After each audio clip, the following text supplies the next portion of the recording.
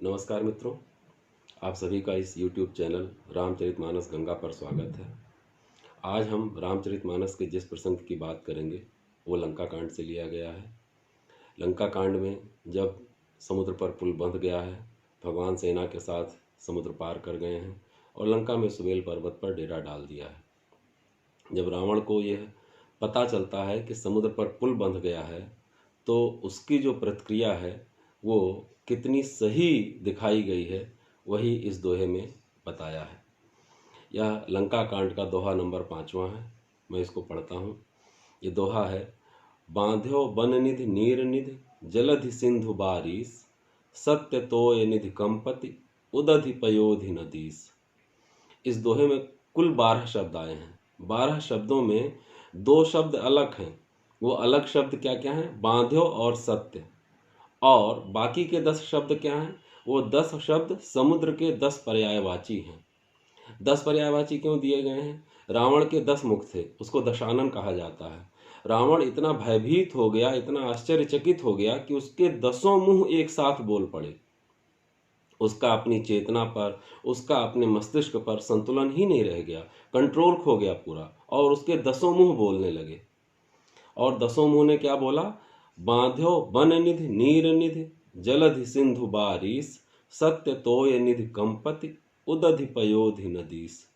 यानी कि 10 बार समुद्र का नाम लिया और बोला कि क्या सच में ही समुद्र पर पुल बंध गया है? क्या सच में ही समुद्र को बांध लिया गया है? समुद्र पर पुल बनाने का मतलब कि समुद्र को बांध दिया गया। ये क्या संभव हो सकता है? ये तो संभव नहीं था, शायद आज भी संभव नहीं है। समुद्र में यदा कदा कहीं कहीं पुल दिखते हैं जो हमें ट्रेंचेस को पार करने के काम आते हैं, और उस समय कैसे ये पुल बनाया गया? ये इतना आश्चर्यजनक काम लगा रावण को कि रावण का अपने ऊपर से संतुलन ही खो गया। जो इस दोहे की विशेषता है, इस दोहे की विशेषता यही है कि गोस्वामी जी ने यहाँ पर दिखाया है कि भगवान वानरों और भालुओं के साथ मिलकर के वो काम कर चुके हैं जो कि उनसे पहले संसार में किसी ने नहीं किया था, कल्पना तक नहीं की गई थी, जिसके बारे में सोचा भी नहीं गया था, और वही काम भगवान ने कर दिखाया। इससे हम क्या सीख सकते हैं? एक बहुत अद्भुत बात यहाँ निकल करके आती है कि यदि हम में इच्छा शक्ति है, यदि हमने सबका सम्मान किया है, हमें अपने गुरुजनों का आशीर्वाद प्राप्त है, तो हम वो काम कर सकते हैं जिसके लिए सभी लोग हमारी प्रशंसा कर सकते हैं। और हमारे साथ जो मित्रता का भाव नहीं रखते हैं, थोड़ी बहुत शत्रुता का, या कहें शत्रु ही हैं, वो भी प्रशंसा किए बिना नहीं रह सकते हैं। क्या ऐसा संभव था कि रावण भगवान राम की प्रशंसा करता? नहीं। लेकिन इस दोहे के माध्यम से, इस बात को कहने के माध्यम से भगवान की प्रशंसा ही हो रही है। जो रावण ये बोल रहा है कि 10 बार समुद्र बांध लिया गया, क्या?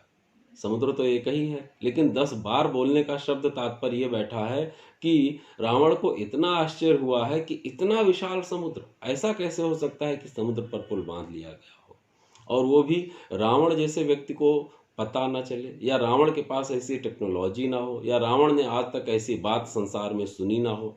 ये सारी की सारी बातें, ये आश्चर्य इस दोहे में परिलक्षित हो रहा है।